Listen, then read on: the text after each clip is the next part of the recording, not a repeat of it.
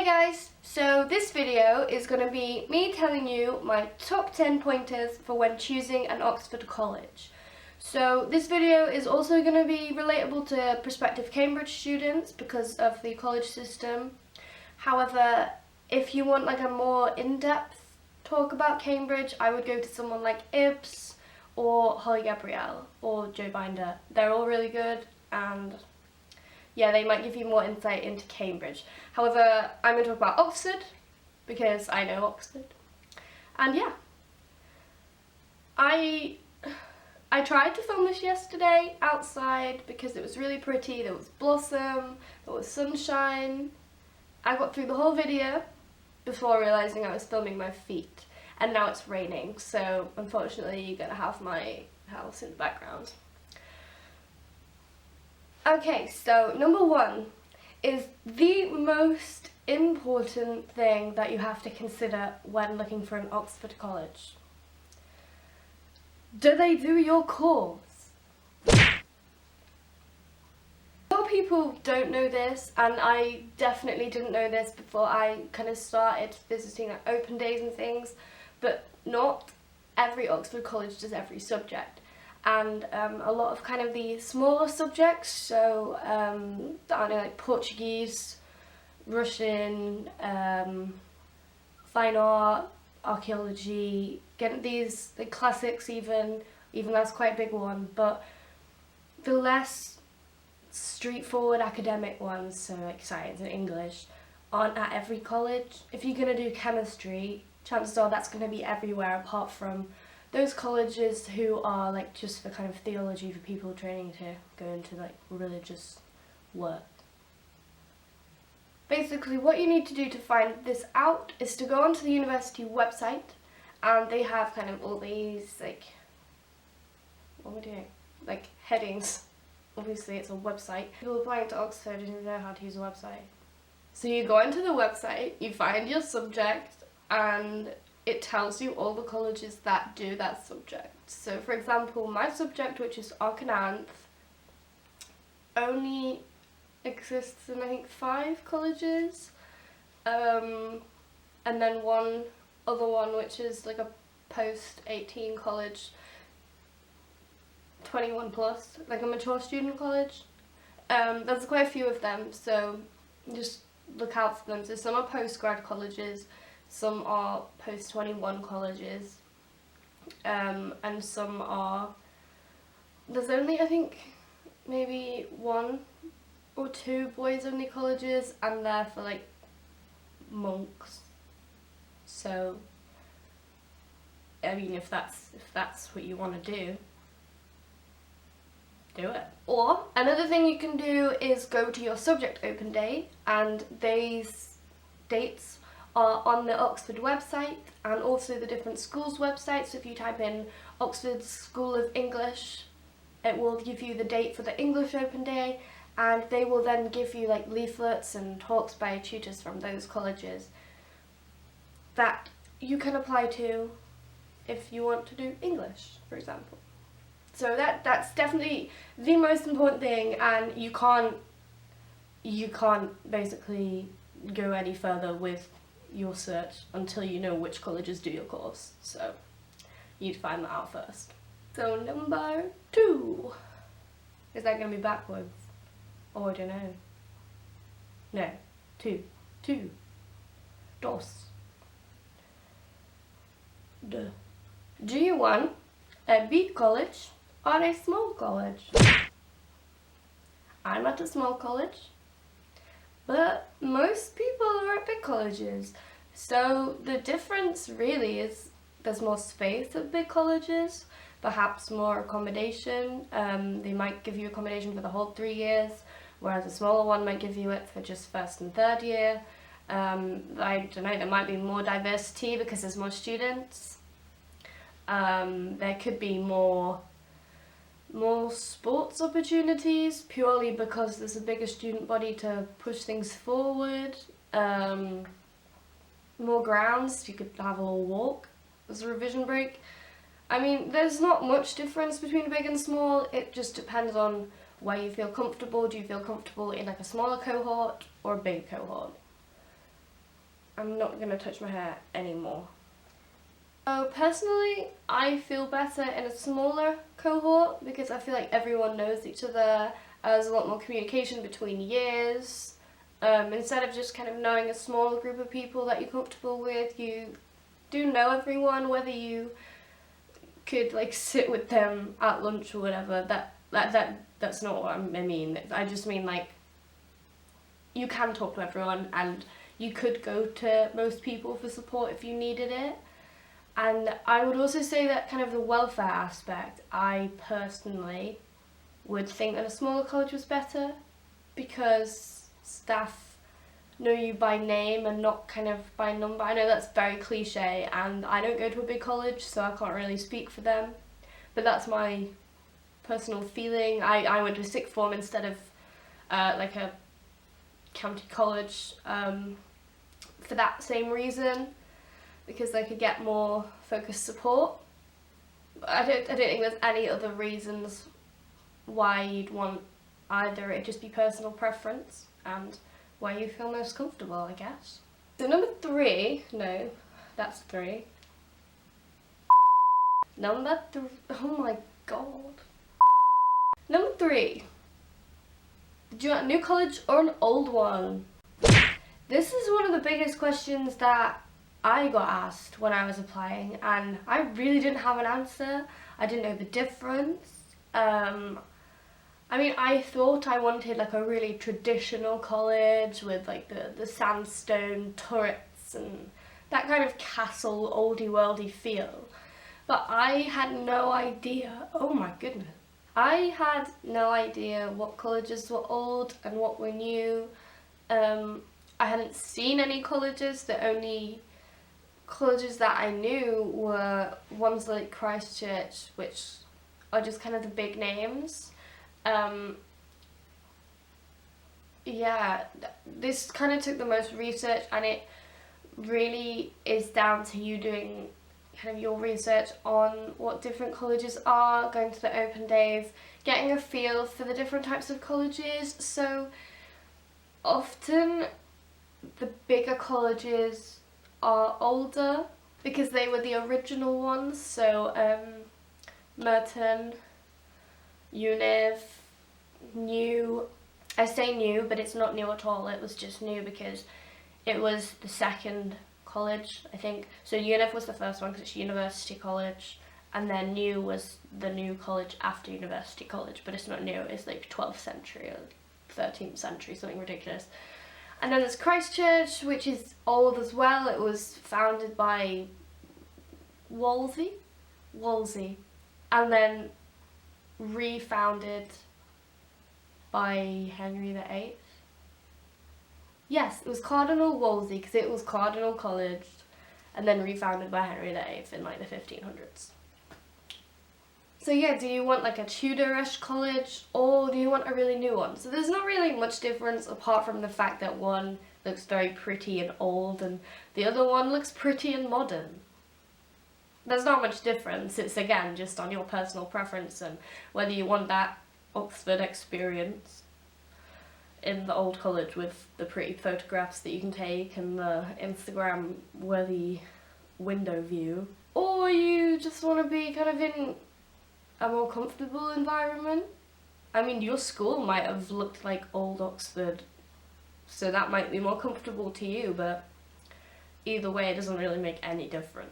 So number 4 on my list is also a biggie. 4. Yeah, this album is dedicated to all the teachers that told me I never amount to nothing. Look at the accommodation. I mean, it's not particularly necessary, but I would look up the different types of accommodation on offer at different places. So say at St. Peter's they have 2 blocks of accommodation, but you don't choose which one, you just get shoved in any. I don't know if there's a specific system. I think it's just random, kind of random generator chuck you in. Whereas some colleges like St. Hugh's and I think St. John's as well, and a lot of other ones, you choose like a band of accommodation, so they go from kind of cheap too expensive. They might have more facilities than the expensive ones, but I mean, overall, it's not going to change your experience that much at all in your university life. Yeah, so it depends whether you want a banded college or a non-banded college. The arguments there would probably just be banded colleges may possibly cause people of a certain wealth to be all in one place because they can afford it and others can't, and vice versa. I'm not to say that actually happens, that's just an observation. And non-banded ones, you may end up with a decent accommodation for the same price as someone with a better one, but then you'd be able to like go in for a ballot to have the better accommodation next time. Pretty sure they do that at Keble. So basically for accommodation you're gonna have to go see it. I mean, there's pictures on the internet. You can find them pretty much anywhere on the college Instagram accounts, on their websites. There's also like lots of different YouTubers who you can follow them around in their accommodation. So Ox Vlogs is one, Viola Helen, I can only think of the Cambridge ones now.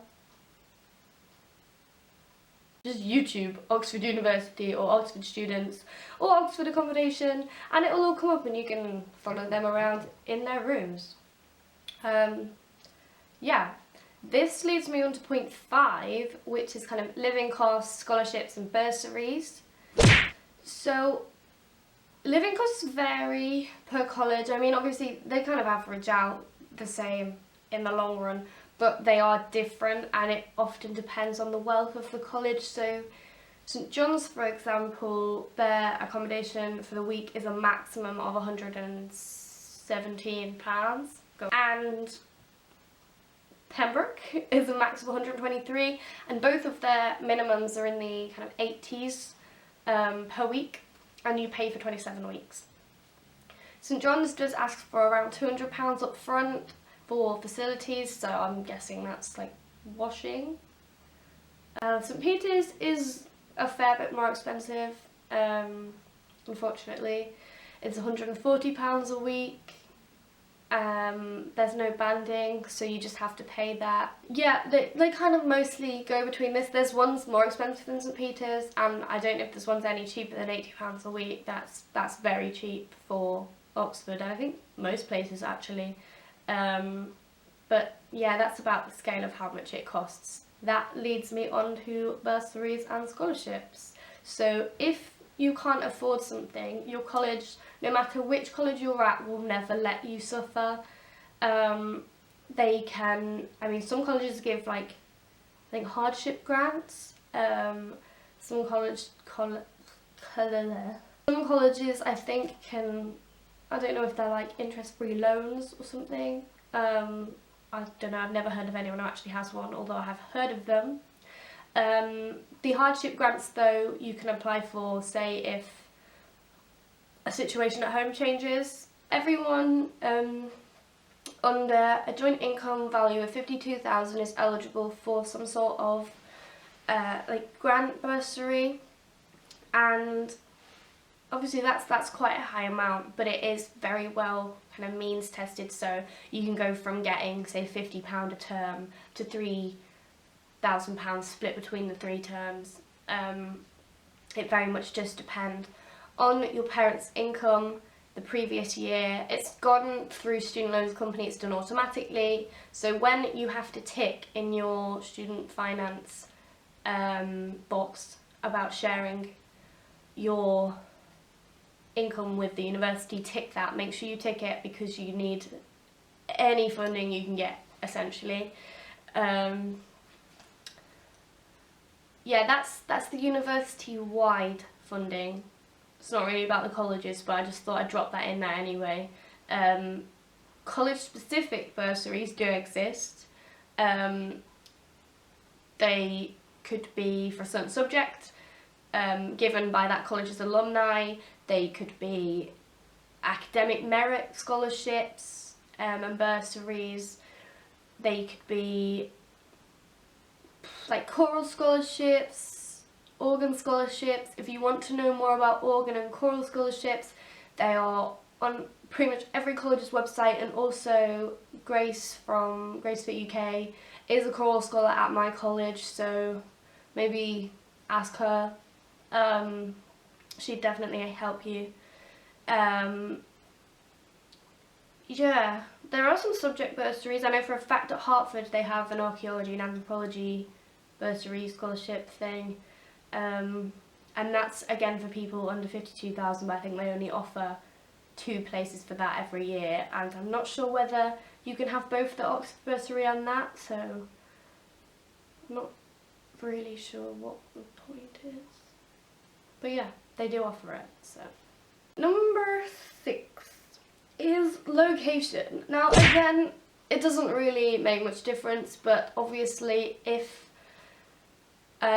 you need more access, so say if you're in a wheelchair, or if you use crutches, or I guess if you just don't mind walking, college is further out from the centre, maybe less preferable. So basically like St Hugh's, Lady Margaret Hall, Magdalen is kind of further out. St Hilda's is also fairly far out. Maybe those ones aren't going to be ones you want to choose. Saying that, I'm sure if you had actual mobility issues, college would definitely sort out some sort of transport. They're all really good at doing that. So, I mean, if you do want to say apply to St Hugh's, because it is a very good college, and you have issues with mobility, just contact them and ask them what they can do to help you with that. That wouldn't be an issue to them at all. Yeah, so basically the only difference is some are further out, some are in the middle, so if you're in the middle, it's a lot easier to go on a night out. It's a lot closer to a lot of the facilities, so a lot of the departments, gyms, like Pure Gym is right in the middle, so these central colleges like St Peter's, like Christchurch, like Pembroke are right next to it. Doesn't really affect the academics much, but on a social side, some people might prefer to be right in the hustle and bustle next to Tesco, and other people might want to be right out in their own little kind of Centre Parksy campus further away. You're still part of the uni, you're just on your own little campus. It's quite nice. So my number 7 point is by no means something that everyone would even care about. But I know for a fact this is something that I was told I had to think about by my school, because it would definitely affect whether I was going to get in or not. Whether that's the case, I don't know. But basically I was told that I needed to check the percentage of state to private school people that got in to a college. That wouldn't have changed my mind. I don't really care. I interact with anyone. I don't have a prejudice against a certain school that someone goes to. It's ridiculous. But my sixth form decided that it was going to be easier for me to get into a college that accepted more state school students. So that's what I did. That's what I applied to. And to be fair, I didn't really go off anything else when I applied, because I had no idea what any college was. When I started applying, I didn't even realise there was such thing as colleges. I just thought there was one whole uni and we applied there, which is why I'm making these videos, because a lot of people are very confused about it up until when they apply on the UCAS form and they have a drop-down list of colleges and they're like, what is this? So yeah, basically most colleges kind of average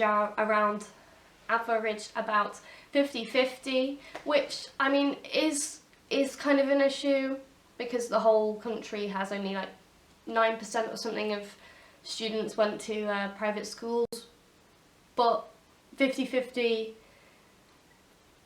means that most colleges are exactly the same. Like, it won't really make a difference.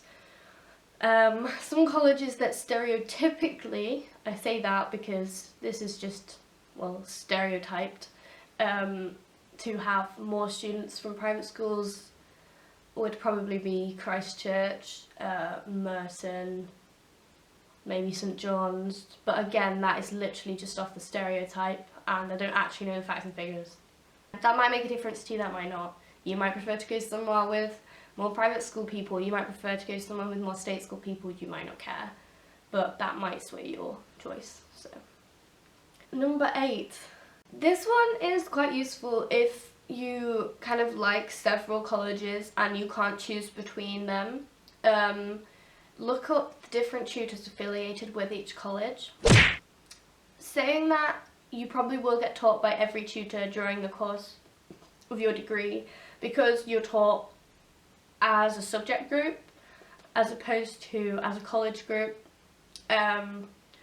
But you are taught in your tutorial groups and you are affiliated to certain tutors that kind of work with your college. So my tutors, for example, specialise in Central African anthropology and prehistoric European and kind of Middle Eastern archaeology. So if I was interested in those specifically, then I could apply to be at here because they might be able to get me onto projects linking with that, get me in contact with professionals which might be in my kind of course of study. Obviously it's all about connections and it tends to be kind of who you know, not what you know, to an extent.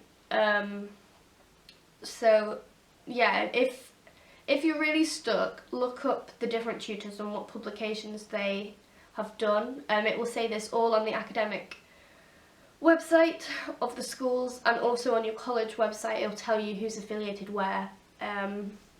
Yeah, you'll be able to find out very easily, and that might change your decision. It might mean that you'd prefer to go to a place because your tutorials could then be kind of morphed into your interests. So number 9 is, again, I wouldn't say it was particularly vital, but you could look up past results if you're really bothered about going to a college which is particularly academically prestigious.